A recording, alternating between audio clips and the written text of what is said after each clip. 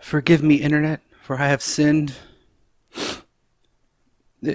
It's been more than 3 weeks since my last video. Tell me, my son, what is the reason for your transgression? Why have you waited so long to come before me? I allowed real life to interfere with the war against reason. I competed in a toxic masculine sport and took gold and bronze. I indoctrinated my children into competing and participating in the patriarchy as well. I believe the worst part is I forced my wife to watch all of this. Fret not, my child, for the internet cannot forget that which was not posted or shared. This is not in the internet's memory, thus it cannot be held against you. Forgive me, O Internet, but it was posted online. Take a look at this. I see.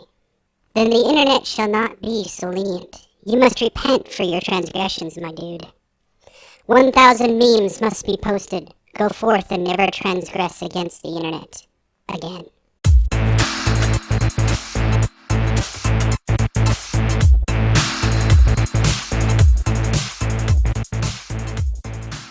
There's an old phrase that holds true throughout our vast history from our species. If I tell a lie long enough, eventually it will become true. There is also another phrase that seems also to be applicable to this particular topic.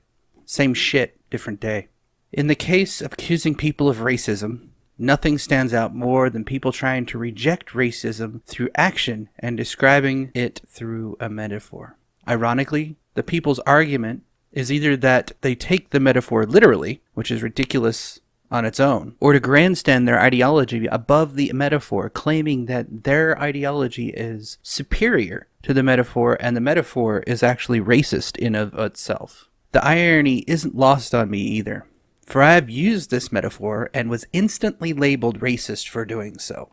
The lie that has been repeated over and over is that being colorblind is racist. Before I can continue and dissect this lie, I have to first explain the metaphor because I have yet to see it clearly defined to anyone, and that might be the reason for the disconnect. There's a typical test, it's called the ink blot test, that is used to test color blindness. This isn't what I'm talking about. It is, however, a common criticism.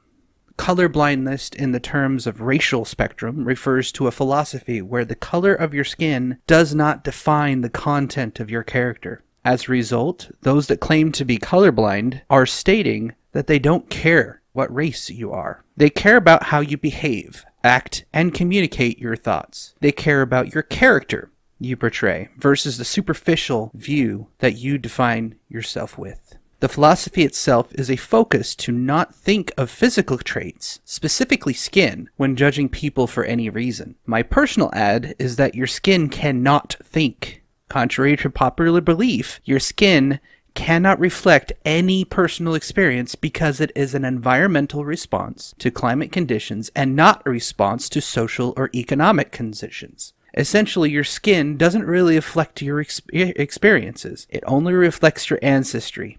And even that is mute, thanks to our abilities to travel anywhere and live anywhere. We are amazing and adaptive species. All that being said, there are genetic differences among the races. These seem to all be traits associated with our environmental adaptation. For example, blacks have a higher tendency for obesity and heart disease. This has an evolutionary explanation if you look at their original environment. The black population originally adapted to hot and dry environments where food is scarce. In the current age, food is abundant, and because of this, their adaptation to their environment seems to play a key role in their propensity to obesity. While white people are more likely to develop diseases like Tay-Sachs disease than any other ethnic group. The best way to explain these differences is the geographical origin of the people and their adaptation to that environment. But none of this can speak to a person's intelligence or character. Some grand assumptions could be made, but those assumptions are based on ignorance, bias, or a combination of the two. When you're colorblind, you dedicate yourself to throwing away what you see to determine the factors of an individual.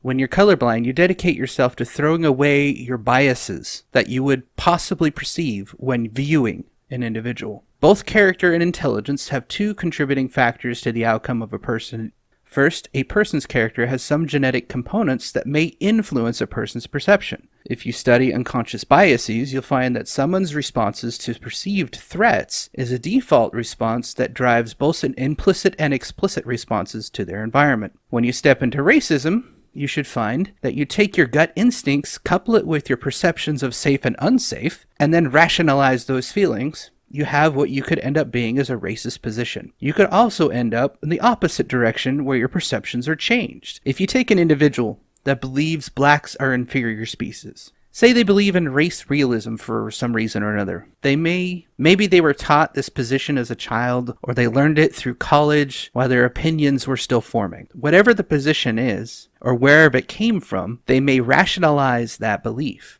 When they begin to rationalize the gut feelings they have about anyone that doesn't look like them, you end up with a racist. Now take the opposite of this and you will see what colorblind people think. From the opposite end of the spectrum, let's take someone that grew up in an interracial situation. Both parents are from completely different races. They also are exposed to a variety of races and creeds because of family, friends, and find there's nothing dangerous from any of them. This all happens before they're old enough to form opinions and are developing the implicit biases from their unconscious responses. As they develop the point where they could reason and form their opinions on what people that look different from them, basis on the information they've been given and presented while developing, the result would be someone who doesn't see skin color as a reasonable trait to make assumptions about people. The two examples are thought experiments from a perspective where we look at the nurture and nature of development from birth to reason and make assumptions based on the environmental stimuli. If your parents are racist, you'll probably end up being racist. If your parents were friends with people from all walks of life, you probably will develop the same sense of judgment and influence from your environment. But this gets to the crux of this particular position.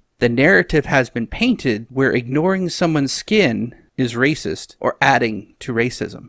I've listed some sources in the description of people that claim that colorblindness is ignorance. Please take a look at them. It's been repeated over several years, and you wouldn't be surprised by their takes. When the claim is made that it invalidates a person's lived experience, I have to question the collectivism thought put into that claim. Does a person with parents both making $250,000 a year have the same experience as the person's whose father is in jail and the mother works 3 jobs? The same? Or how about the person in the USA versus the person in Kenya, who they both have the same experiences? They both have the same skin color, why not? Does the black in the majority city have the same experience as being the minority in another? I think the answer is pretty obvious, but that is why their argument fails.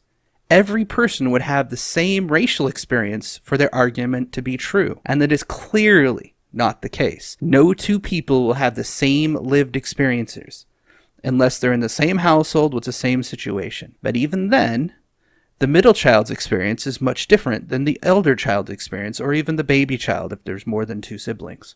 Furthermore, 2 people from the same location and the same race can end up very different. Another approach to the ignoring race is to assume that people have the same or a default position on race. Therefore, it's a racist position. White people are the norm, for example. If you are deliberately trying to not judge people on the color of their skin, then why would you then make the judgment that white is the standard and any deviation is abnormal? The purpose is not to care what color another person's skin is, not to assume white is right, as the theme goes. In short, excluding of race as a criteria for judgment doesn't assume a race as the standard or default position. The argument really turns on itself as the position of racism against anti-racism by implying that the assumption that ignoring race puts the white man first or as the default position. It's a switch from I don't care what race you are that inverts to you care what race you are. It's meant to be self-reflective. This is a common argument that you will find when dealing with the intersectional feminist. The final point to make in this is that colorblindness as a position against racism doesn't ignore racism. In fact, it's an alternative to being a racist douchebag. Another argument presented is that white people never feel the discrimination the way minorities do. If only that were true, then they'd have a case against